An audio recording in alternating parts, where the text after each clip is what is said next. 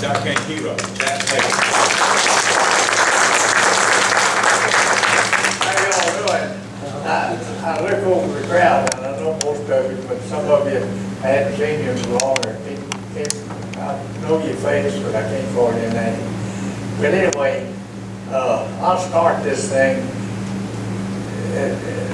with this. Let me tell you this. When I refer to a lady called Diane, she's Diane Hyde. She's the founder of this Forever Young Veteran, Senior Veterans Organization. And she's carried me to Normandy 3 times. And the first time was in 2011. And the second time was for the 70th anniversary in 2014. And of course this year was the 75th anniversary. And she's done so much good for the veterans, and she's carrying a bunch of veterans over in Bastogne in that next month. But they forget the battles. But anyway, but she's carrying them over there, and she's carried boys to Italy and Hawaii. She's trying to carry some men to Vietnam, but the Vietnam veterans don't want to go. They don't want to go back over there.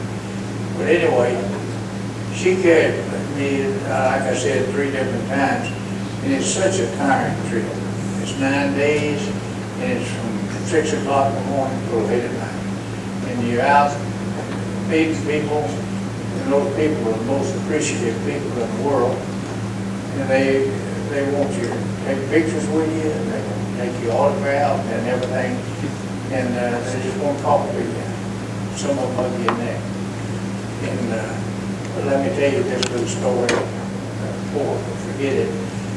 In 2014, when I was over there, this lady came running up to me, crying, hugging my neck, thanking me for saving her life. But she wasn't thanking me personally for saving her life. She was thanking me as an American for saving her life.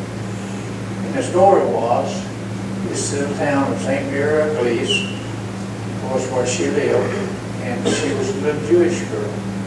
This was when the Germans was coming in to take over the town, and they knew that they was going to get all of the family. And they have all those houses over there have cellars on them. And so the couple of the family that lived across the street loved this little girl. She was small. And they ran out in the street and got her, carried her down in their basement and hid her. And they kept that little child down in that basement for 5 or 6 years as long as the Germans were occupied France. And so and they took all of her family and killed them all in the concentration camp. And so she was liberated. The day that they were liberated, she got out of that thing for the first time. And so that's what she was thanking me for. And it was real touching. But then went on and these trips, like I said, we were doing something from daylight to dark, or past dark, and it was tiring. And so this last trip in 2014, we always had, in the Memphis area, we had enough D-Day veterans to go. She tried to carry 14 every time we went. And we always managed to make that many. Well, in 2014, we had them all, and there was about 40 people. So that included the volunteers that went along as a doctor and a nurse, and they were all volunteers, and they paid their own way, and to take care of us. They pushed me all over Normandy in a wheelchair. And so anyway, I was this time was going. I told Diane, I said, Diane, I don't think I'm gonna go. You gotta go. You gotta go.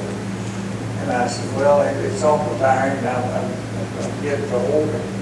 And she says, yeah. I says, Jack, since 2014, the last one, and they've all died except you. And so I was the only one that had been born that was still living, and the Lord had blessed me, by the way. And so anyway, she told me, said, you just got to go. And she did find two men that had never attended any of the meetings, and one had lived at Olive Branch, Mississippi, and one lived in Lakeland. And that made three from Memphis, where we normally had 40 from Memphis to go. When we got ready to go, we went to 13. And so there was three veterans, D-Day veterans, and there's so not many of us left, and she started looking. She found one from the state of Washington, one from California, one from Las Vegas, one from Arizona, 4 from Alabama, one from Florida, North Carolina, and Pennsylvania. And when we left Memphis, we flew into Atlanta, and all these people, they flew into Atlanta too. And we all met at the airport for the first time, and didn't know anything about any of them. But I tell you what, it didn't take us long to get bonded. By the time 9 days we was all together, we did like a bunch of brothers. And so we really enjoyed it, and I'm glad she made me go, but I'm still not over that trip yet.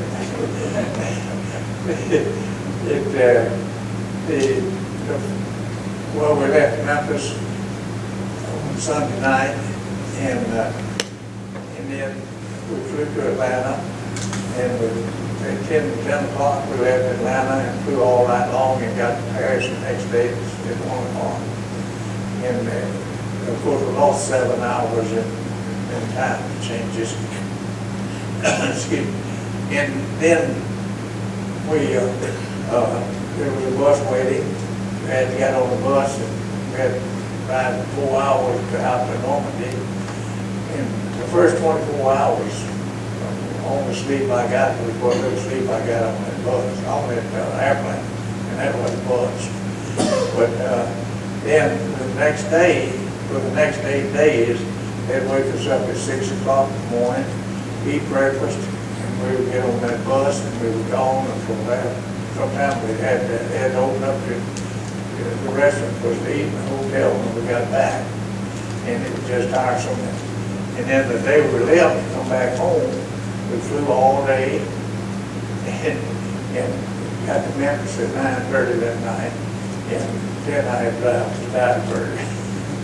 It about 11:30 when we got back. And I said, well,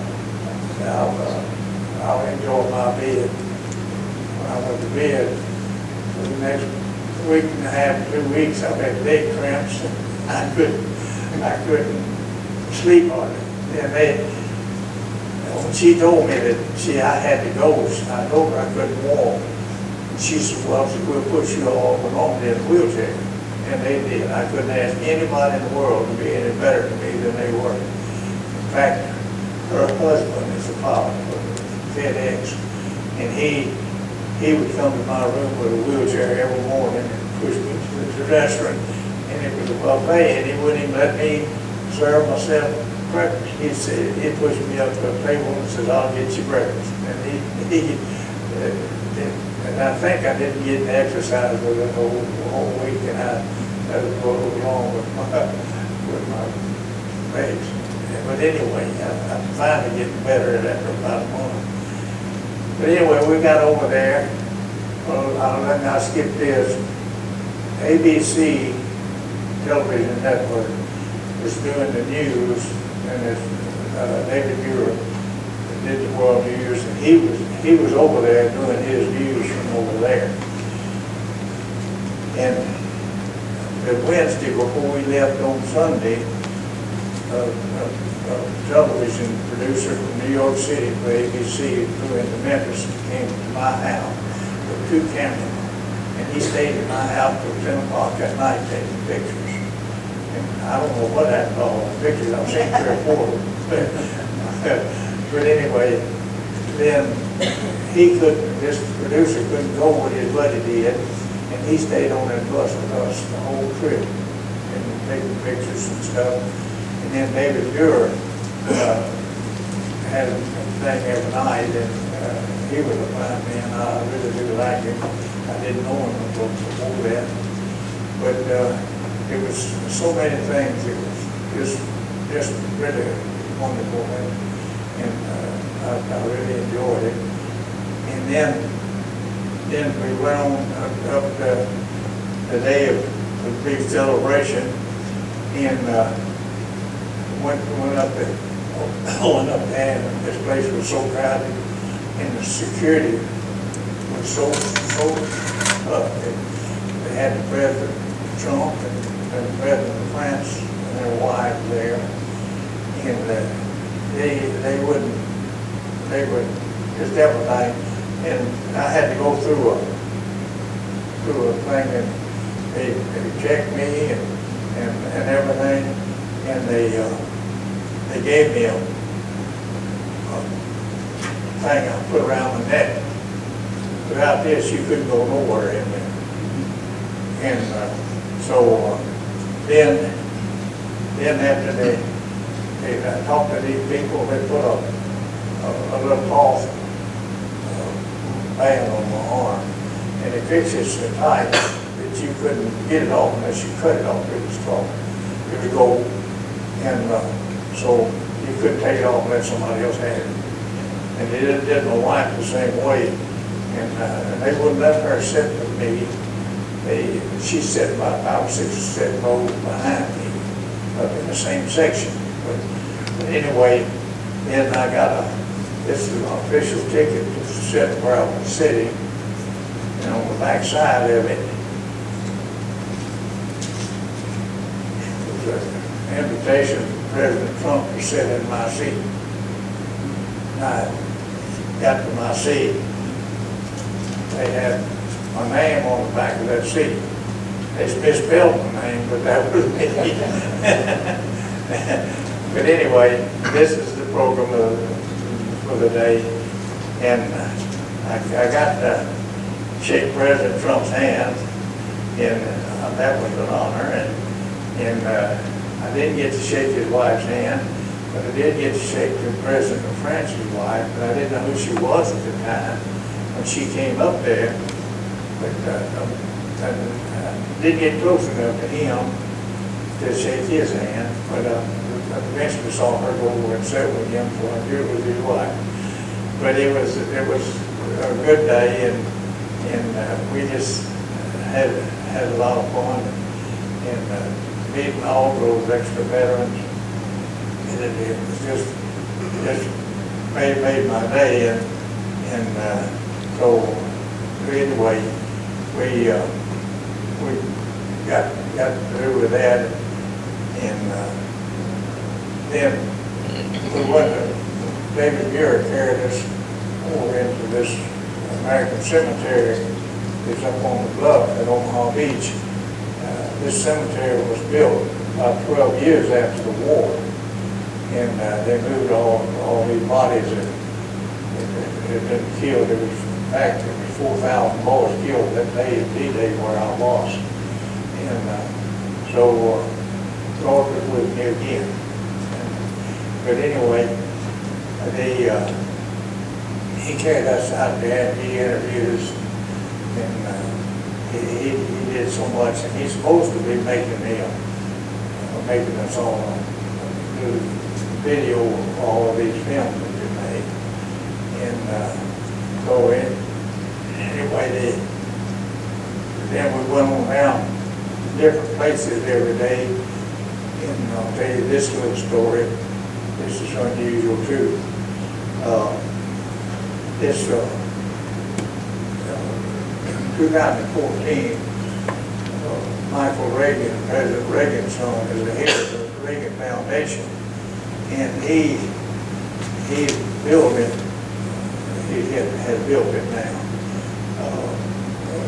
Airport Museum, this little town in St. Mary, I believe, and he wanted a video of D-Day veterans to show in this thing. this museum. And so he asked me and 3 more boys from Memphis, would we be in it? And I told him I would. And so I forgot about it. About 2 months later, they called me. A man called me from California and said, well, I got what I meet him in Memphis. And so I told me yes. And so they filmed me. And so they made the documentary. And so this is it. And I'm going to let them have it to make a copy of it. And Michael appreciated it, and so he, in this museum he built, he's built a walkway, and he got bricks out there, and this was a complete surprise to me. I didn't know it till I got it, and he sent it to me. He put me a brick out there in that walkway, and he sent me a paperweight, and it's got what he's written on that brick. And by the way, I found my brick over there when I was over there the other day. And I'm real proud that the brick it was next to mine was Theodore Roosevelt Jr.'s. Of course, his was about 3 or 4 times bigger than mine. But he was won the Congressional Medal of Honor D-Day. And he went in on the beach with his troops. And he wasn't killed, but he about 6 weeks later, he had a heart attack up in Belgium, but he wanted to be buried with his men. And he's buried in that cemetery. And the first grave you come to when you come out the door. And his brother is buried beside of it. Now, I don't know the story about the brother and how he got there. But anyway, he sent me this thing here, and I was real proud of it. And let me ask y'all something. I got, did any of y'all, I think you did, remember Dave Bullington? Did any of you remember him? But anyway, he had a brick about 3 or 4 of mine in Tyburg, Tennessee. He was in the 555 82nd Airborne Division, and he got a brick. But I think Dave, he used to live over on Pate Avenue many years ago, and but I think Dave did now, but I wrote it down. And anyway, while I was at this museum, this is unusual too. This could happen. But in 2014, how long y'all want me to talk? Keep going. In 2014, I was over there, and these people were so appreciative of me. And they'll come up to you, and they won't take a picture of you. They want to hug you, and they want an autograph. And especially if they've got kids, they want your kid with you and to take a picture. But anyway, this man walked up to me. This was 5 years ago, in 2014. He said, "Mister, can I take you a picture?" And I said, "Yes, sir." Sure can. And he spoke good English. And there was so many people over in the United States, when they could speak good English like that, I asked him where they were from. And I asked him where he was from, and he said, "I'm from Holland." And so he started taking a picture, and this was our ID card. And he saw that, and he says, what is that? Who is that? And I said, "Well, that was me when I was in Normandy. I was 19 years old." He says, "Can I take a picture of that?" I said, "Yeah." So I held it up there like I'm holding it up now. He took a picture of it. The other day, when I was over there at this museum this time, 3 men came up to me, and they said, "Mister," said, "will you photograph a picture of me?" And I said, "I sure will." And this was 5 years later. He had enlarged this picture, and it was about a 6 by 8, and it was him. He had that picture, and he wanted me to autograph it, and the other 2 men had one too. 5 years later, and he found in all those people. And so happened that we were there at the same time 5 years ago and was there five years later. And Jack, if you will, talk a little bit about your experience. I can't hear you. Talk a little bit about your experience during D-Day at Omaha Beach. You want to hear about that? Yes. Okay.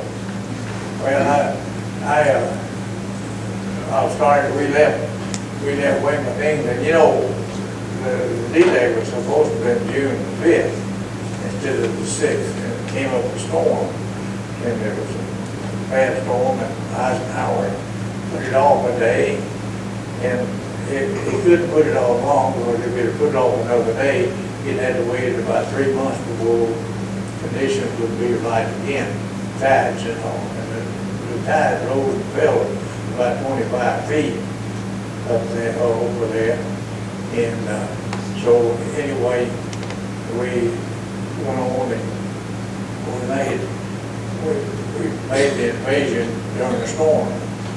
And so we had went in, I was on an LCI, it's a landing craft infantry. We didn't have nothing but people, I mean, infantry. And so it was pointed out, both smallest seagoing vessel in the Navy, but that, I mean, we crossed the ocean on their own power. It was 158 feet long and 23 feet wide. My fishing boat on Real Lake was 18 feet long.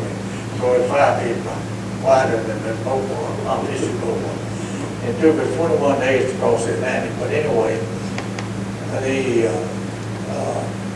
this man was appointed to be the port commander over there. He was a commander in the Navy, and he was to direct traffic, to tell people when they could bring boats in to unload and all. And so he picked our ship. Our ship was a shallow draft boat, and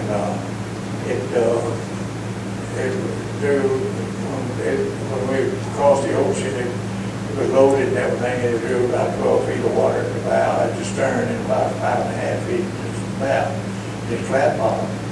And so when we were in a landing mode, it drew 60 feet of water at the stern and about 1.5 to 2 feet of water at the back. So we could run in real shallow water, and we just running up and down. But we had 202 troops on our ship, and we landed those and unloaded them at 7:30 that morning at Omaha Beach. But he wouldn't go with us as commander. We had to leave him out of this Anton, the troop transport out there, and had to go back and get him. But we did land one time, and that was to unload our original 202 troops that we had aboard. And so then we went and picked him up, and then he directed traffic.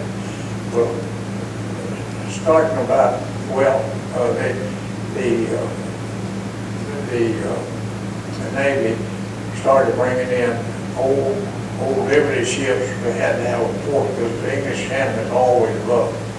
And so we had to have some kind of breakwater. And so they brought in four Liberty ships, and one old English battleship that was built in 1897 that they had been using for target practice for years, the Navy had. And so they pulled all of them over there, and they wound them up out of the stern and blew the bottom out of them and made a wonderful breakwater, made a fine port.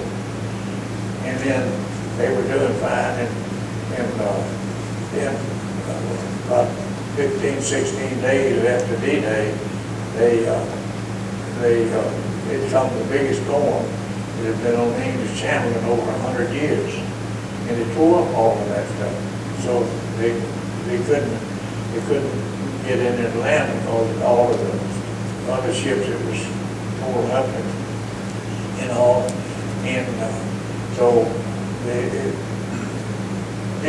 about noon D-Day, and the Corps engineers and Navy Seabees come in with their bulldozers, and went up on that bluff. Omaha Beach was the beach, and then it wasn't very long before you hit a bluff, big island. And so up on top of that bluff, they came in and they carried the bulldozers and things up on top of that bluff and started working. And by noon the next day, they was landing C-47 transport planes there. And they was bringing supplies in from England, and they were taking dead and wounded back to England. And if it hadn't been for those airplanes bringing in those supplies, we'd have lost Omaha Beach. And because we couldn't have got those supplies in. And they saved us. And so then I never had seen anything about it where they got any credit at all for doing that. The engineers and CVs. And anyway, they did all of that. And then there was different things. I'll tell you a little story about this thing. In 2011, when I first went over there, they was carrying us around this cemetery. And so this man, he was American, he was head of this cemetery. And I was lucky enough that when they played the national anthem, I got to put the wreath on mine. But anyway, he was showing us around, and there was a little road right on top of this bluff, and he was out there, and he stopped, and he said, I want y'all to look down there on the beach, and see that clump of trees down there. Said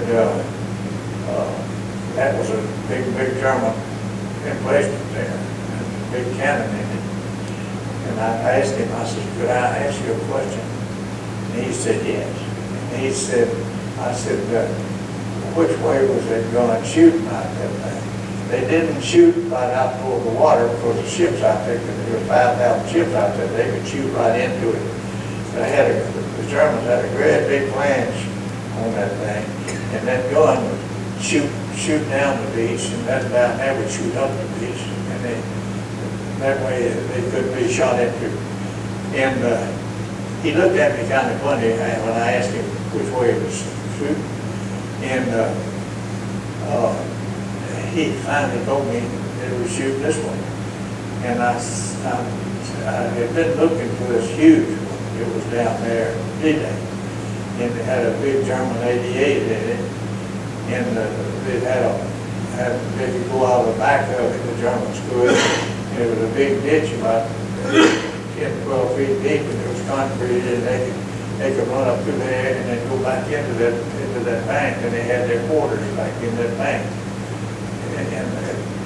And they could run all over the place and you couldn't see them. They wasn't above ground.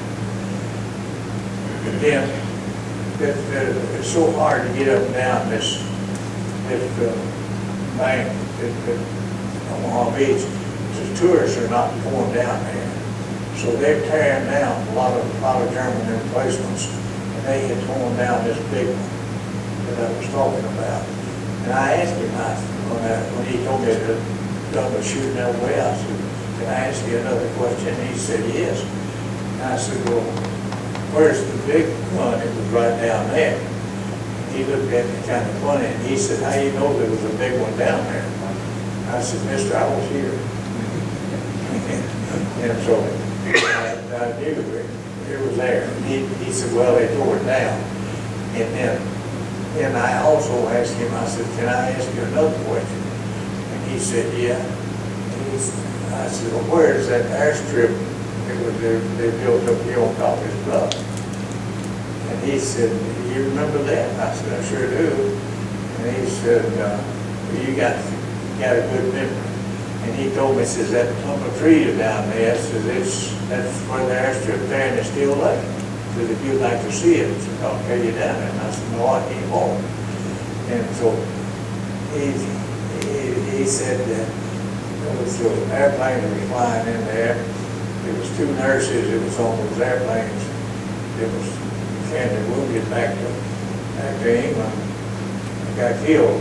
And there's only 2 women that is buried in that big cemetery, and there's 9,845 graves in there.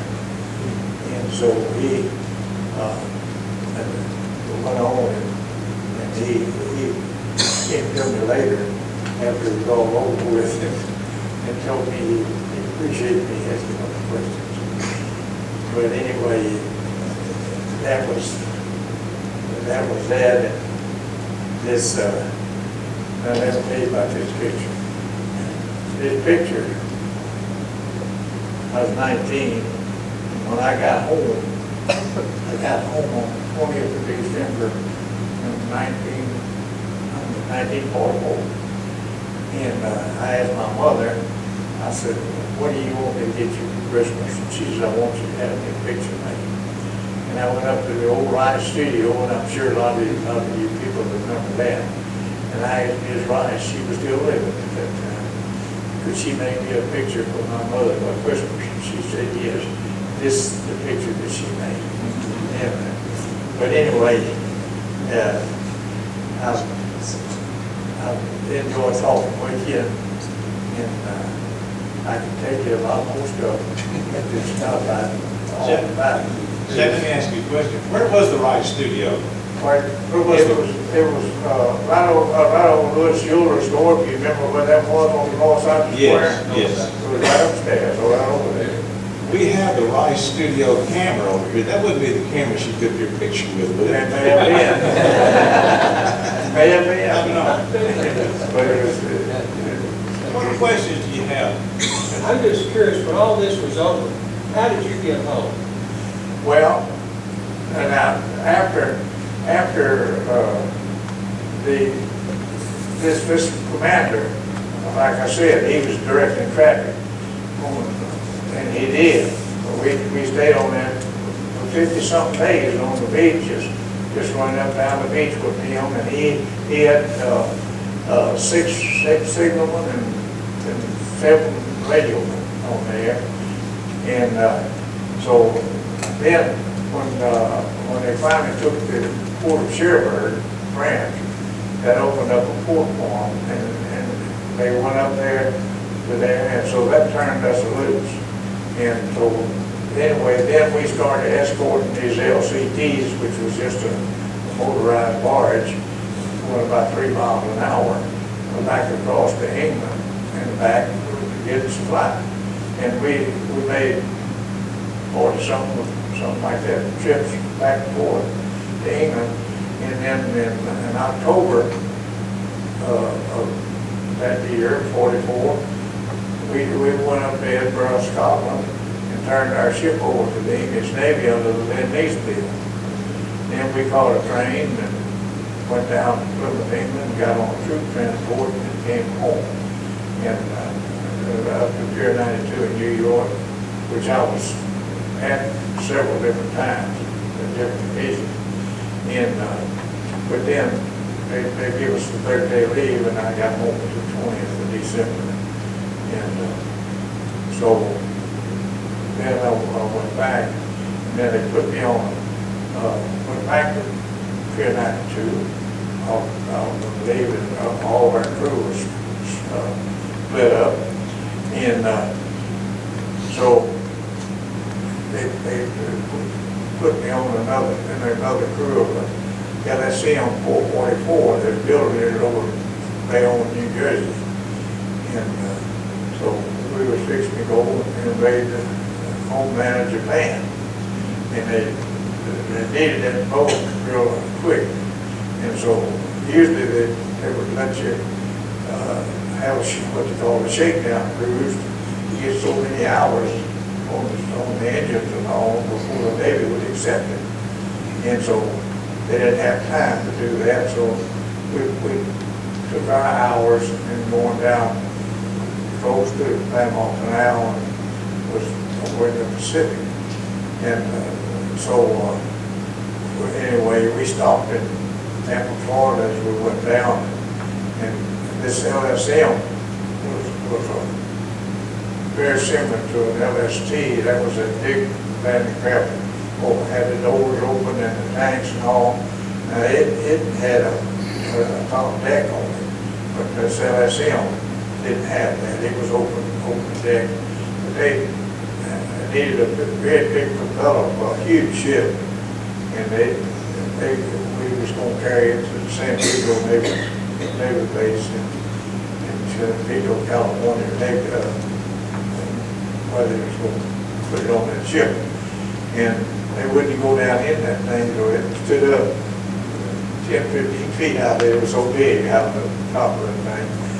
And we stayed in the east end side of the Panama Canal for a week, and just going out running every day. And then we went in going through the canal and over on the west side. And when we finally left there, we went away, made a big circle. We went out and tried to do Hawaiian Islands, just get time on those engines, and we finally went back into San Pedro. And I had a blackout, and they didn't know what was wrong with me. And they carried me to the Long Beach Naval Hospital, and it was a huge hospital. And so anyway, they was running tests on me, and while I was there, they was taking people out of the hospital. They were expecting over 1 million casualties in Japan, and there's a clearing space out of there. And I asked the doctor, I said, how long am I going to be in here? And he said, well, we find out what's wrong with you. And I said, well, they're clearing this out. I said, I'm going to be in here a while. I'd like to be transferred to Bennington Naval Base. And he's going to put in for a transfer. And I put in for a transfer, and it went through. And so, while I was still there, before that all happened, President Truman dropped those 2 bombs. And my ship had already left me and was on the way to Japan. And of course, the war ended after they dropped those 2 bombs. They went around and sent them into Hawaii. But that's what happened to me after that. Can you recall where you were? Can you recall where you were, what you were doing when you first heard that the United States had entered war with Japan? And talk about your naval training. Where did you go? Where did you do your naval training? Yeah, well, this is of course, it's true. I was drafted out of high school, and so I didn't. This is a roundabout way to answer your question.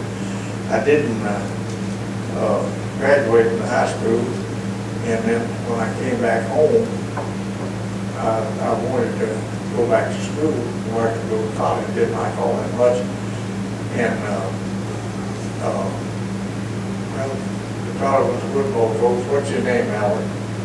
He was football coach. Christian. Yeah, Christian. Coach Christian. His last name was Christian. He was football coach, and then he was principal when I came back. Morgan Christian. Morgan Christian. Morgan Christian. He thanked me then. But anyway, I went up there to see him, and he told me, said, Jack, I'm glad you're home. Glad you made it. He said, what can I do for you? And I said, Coach, I still call it Coach. I said, Coach, I want to come back to school. He said, well, I hate to tell you this, but you're not going to come back to my school. And I said, well, I don't like what. He says, you're too old. I had just turned 21, and he wouldn't let me go back to school, so I got a course with the American Correspondence School in Chicago and finished it up, and then I went to work at the post office. But anyway, getting back to what he's talking about, I was inducted in Fort Oglethorpe, Georgia, and they swore me in at the post office in Chattanooga. And they put me on a bus, and we got up to Bainbridge, Maryland, where I was going to be in boot camp. The first fellow that I saw, there was a bank there where the bus stopped, and there was a sailor standing up on the bank. He heard it was from Dyersburg, and he met me. And I don't know whether y'all ever remembered him or not. His name was Bill Charlie. Bill Charlie, Yeah, you know Leon Cummings? He was Bill Charlie's son-in-law, Leon. But anyway, and Leon was there to agree this, and I enjoyed seeing him. I went to school with him years ago. But anyway, I was in Bainbridge, Maryland, and then I went to, after that, they put me down and sent me down to a little place in Middle Creek, Virginia, which was right out of Norfolk, and it was so primitive.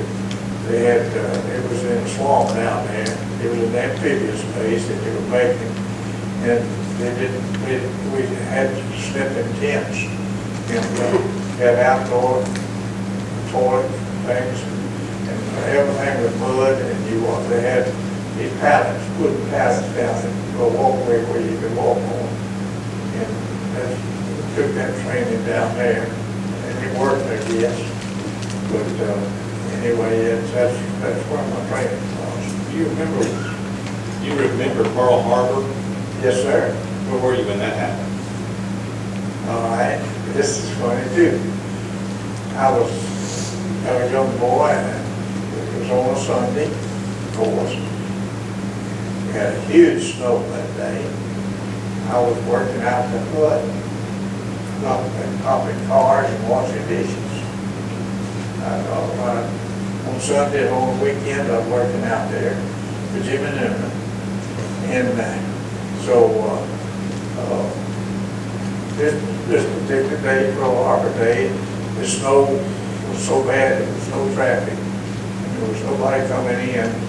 But Jimmy wouldn't let you sit down and do nothing, so he had us all working. He had a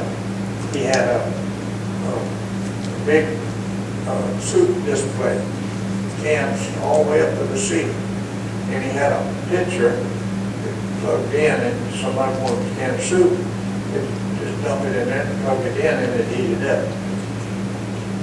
Well, that pit, barbecue pit, opened up inside the building, and every time they'd open it, smoke would come in there, and all of these cans of soup up there was greasy. And I was up on that counter with it on my knees, with a bucket of water and soap water, and I was washing these cans, watching them get the grease off of them. And the radio was right down below me, and it came on about Pearl Harbor. Didn't nobody know where Pearl Harbor was. But that's where I was, Pearl Harbor. Other questions? Yes, sir. About how long were you actually in the heat of combat from D-Day until how much later? Pretty much. Well, I stayed, light combat. I was, when actually the fighting had done moved in, but I stayed there on that beach for 57 days. I was on the ship, but I'm saying on the beach, which is right on the beach, and 57 days after D-Day, and of course the fighting had moved on. But we was under air raid, German air raid all night, every night. And let me tell you this, before, we was over in England before D-Day, about 3 or 4 days before, they sounded general quarters one late one afternoon. It didn't get dark over there until about 11 o'clock at night. Well, and so they sounded general quarters. Now, when we were at sea running, I was a helmsman on over it, and I steered the ship. And this general quarters, we had 5 20mm anti-aircraft guns on there, and I was a gunner on one of those anti-aircraft guns. But anyway, they sounded general quarters, and they told us we're gonna have a flyby here in a minute. I want you to look at every one of these airplanes. Look at them good. And so when it grew over, every Allied airplane, British and all, had on their wings, they had 3 white stripes and 3 black stripes on each wing and around the fuselage in front of the tail. And when they told us when we got over there, if they were gonna quit flying at dark, and anything that didn't have, the Germans that got some of our planes, they shot them down and took the pieces and made some, that was flying some American planes. And so they didn't want us to get bombed for one of them for one of them. And so anything that didn't have those stripes on them, we shot at. And they would quit flying at sundown, at dark, and we shot at everything come by that. And you had saw the fireworks the other night. I've never seen fireworks as big in my life as when we was in those air raids. There's over 5,000 ships out there shooting, and those they didn't have those big searchlights in it. So one of those searchlights ever got one of those German planes in it. They'd all pick him up, and he was a dead duck, but somebody was going to hit him. And so it was just all those ships shooting those tracers, and just made the most beautiful fireworks that you ever saw. But then now my little old gun, 20 millimeter, it was the only gun that when you shot it, the bullet exploded on contact. And the others, 40 millimeter and above, they all exploded up in the air, creating flak. And so there were so many ships out there, and there were so many 20 millimeter guns shooting.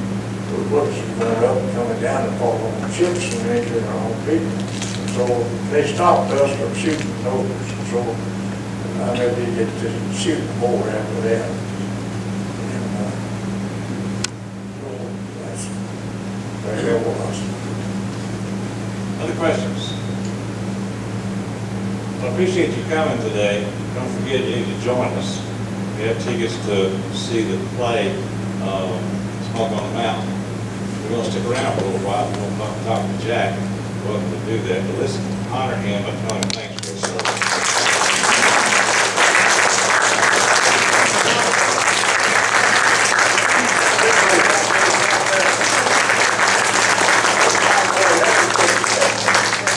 My friend Bob Kirk there, Wyatt, took the pictures off the television, and old Bob right there. He cared about hiding Walgreens and had pictures made there. And I've got a white thing on. It was cold over there. It was 52 degrees. The wind was blowing about 30 miles an hour. And the lady come up there and wrapped me up with that white coat. And with that President Trump and all these pictures, and Bob had them made for me. And I really appreciate it, Bob. Thank you again.